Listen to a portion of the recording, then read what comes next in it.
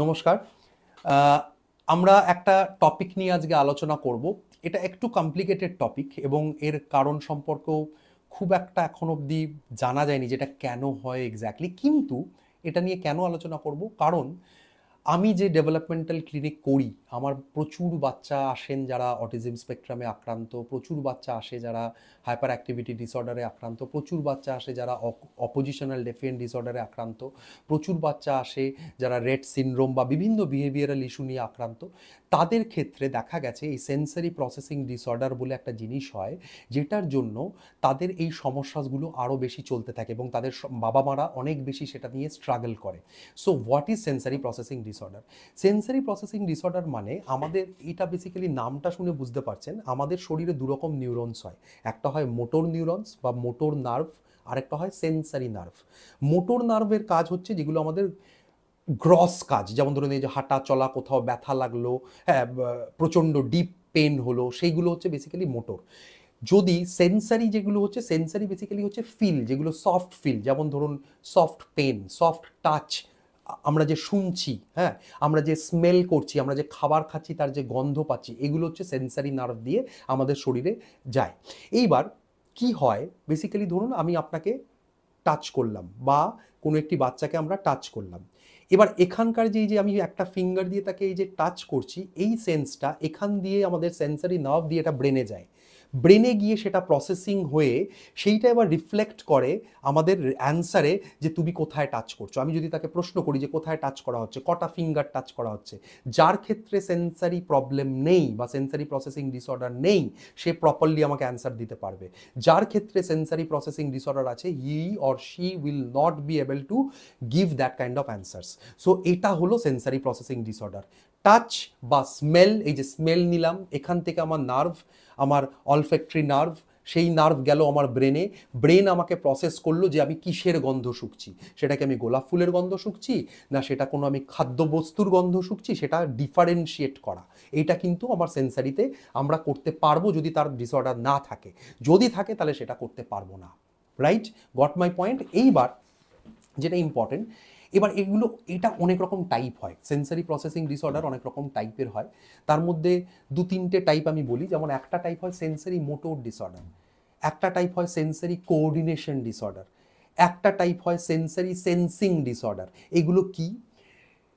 এগুলো বেসিক্যালি এই যে সেন্সারি আমি যেটা বোঝালাম, ধরুন টাচ স্মেল, সেরকম এই যে আমি বসে আছি, আমি এখন একটা চেয়ারে বসে আছি, হাতে এইখানে হাত দিয়ে, এই যে এখানে আমি কত প্রেশার দেব বা কত প্রেশারে আমি কিভাবে কমফর্টেবলি বসবো, সেটাও কিন্তু আমার সেন্সারি প্রসেসিং মানে প্রসেসিং প্রসেস যেটা আছে, সেন্সারি প্রসেস যেটা আছে, সেটা ডিসাইড করবে।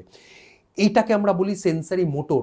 মানে আমার পশ্চার, আমি কিভাবে বসবো, কিভাবে বসলে আমি কমফোর্টেবল ফিল করব, আমি পা নামিয়ে বসবো না আমার পাটা উঠিয়ে বসবো, আমি হাতটা এখানে রেখে বসবো না হাতটা এইভাবে রেখে বসলে আমি কমফোর্টেবল ফিল করবো। So this all are the part of the sensory processing.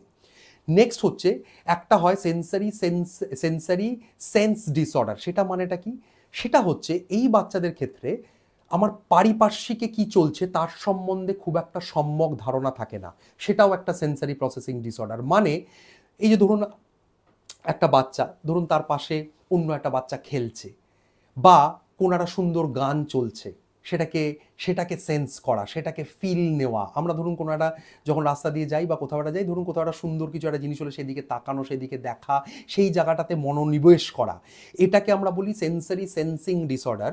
মানে আমার পারিপার্শ্বিক, মানে আমার চারপাশে কি হচ্ছে সেই নিয়ে আমার খুব একটা মাথা ব্যথা নেই, আমি আমার নিজের মতো আছি। এটাও কিন্তু একটা type of sensory processing disorder. হ্যাঁ, সো সেন্সারি প্রসেসিং ডিসঅর্ডার অনেকগুলো টাইপের হয়, নট অনলি খালি শোকা বা টাচ করা, হ্যাঁ, দিস ইজ নট অনলি, বা শোনা। এটা আমার পশ্চারটাও একটা সেন্সারি প্রসেসিং, আমার পারিপার্শ্বিক সম্পর্কে ধারণা, যে আমার পারিপার্শ্বিকে, ধরুন কথার কথা আমি একটা এক্সাম্পল দিচ্ছি, আপনি কোথাও একটা দাঁড়িয়ে আছেন, কোনো একটা মলে গেছেন, শপিং মলে, হঠাৎ করে শপিং মলে আগুন লেগে গেল, আপনি কি করবেন? সঙ্গে সঙ্গে আপনি সেখান থেকে ছুটে বেরোনোর চেষ্টা করবেন। এই সেন্সটা যে আপনার মধ্যে আছে, এটা কিন্তু সেন্সারি প্রসেসিং ডিসঅর্ডার। এই যে সেন্স, এই যে আমাকে এবার বেরোতে হবে, আমি এখন লিফট ইউজ করবো না, আমি এখন সিঁড়ি দিয়ে নামবো, আমার এখন সিঁড়ি দিয়ে ছুটে আমাকে যেভাবে হোক মল থেকে আমাকে ছুটে বেরোতে হবে, যাতে আমাকে আমি যাতে নিচে সেফ থাকি। So this is also a part of, এই যে আমার পারিপার্শ্বিকে কি চলছে সেইটা নিয়েও আমার মধ্যে একটা সেন্স তৈরি হচ্ছে। So this is also a sensory processing disorder. যাই হোক, এইবার এখানে একটা ফ্যালাসি আছে। কেন আমি বললাম এটা একটা কমপ্লিকেটেড জিনিস? এটা কিন্তু শুধু যে অটিজম স্পেকট্রাম ডিসঅর্ডার বা এডিএইচডি বা নিউরো ডেভেলপমেন্টাল ডিসঅর্ডারের বাচ্চাদেরই থাকবে সেটা নয়। এটা কিন্তু আইসোলেটেড সেন্সারি প্রসেসিং ডিসঅর্ডারও থাকতে পারে।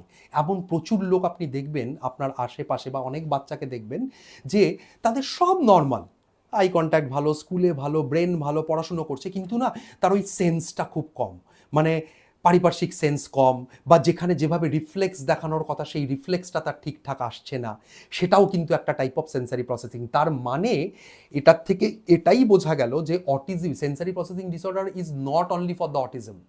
Sensory processing disorder can be এক্সিবিটেড in a normal human being also. মানে আমার মতো বা আপনার মতো একটা নর্মাল পার্সনেরও কিন্তু সেন্সারি প্রসেসিং ডিসঅর্ডার থাকতে পারে।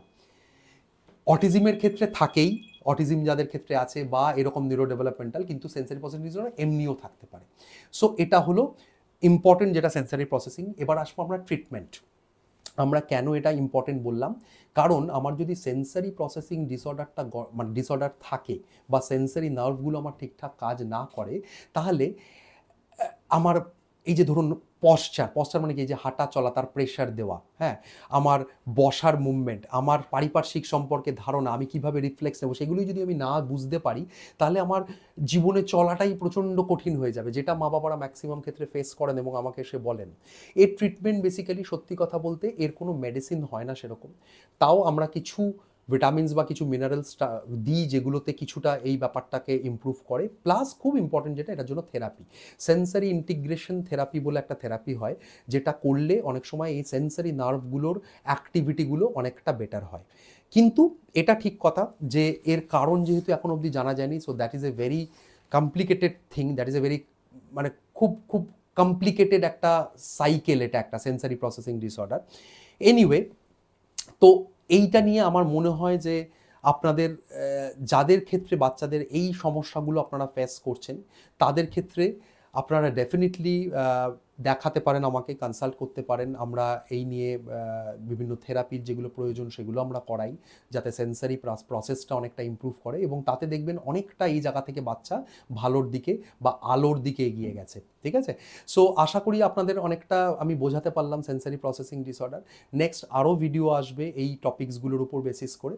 সো যদি মনে হয় কোনো সমস্যা হচ্ছে, আপনারা জানান, আমার সেক্রেটারির সাথে কথা বলুন, আপনারা অ্যাপয়েন্টমেন্ট নিতে পারেন। আমার নাম্বার দেওয়া আছে ফেসবুক আমার পেজে, ইউটিউবেও দেওয়া থাকবে। সো থ্যাংক ইউ, আপনারা সবাই ভালো থাকুন, সুস্থ থাকুন, খুব হ্যাপি থাকুন।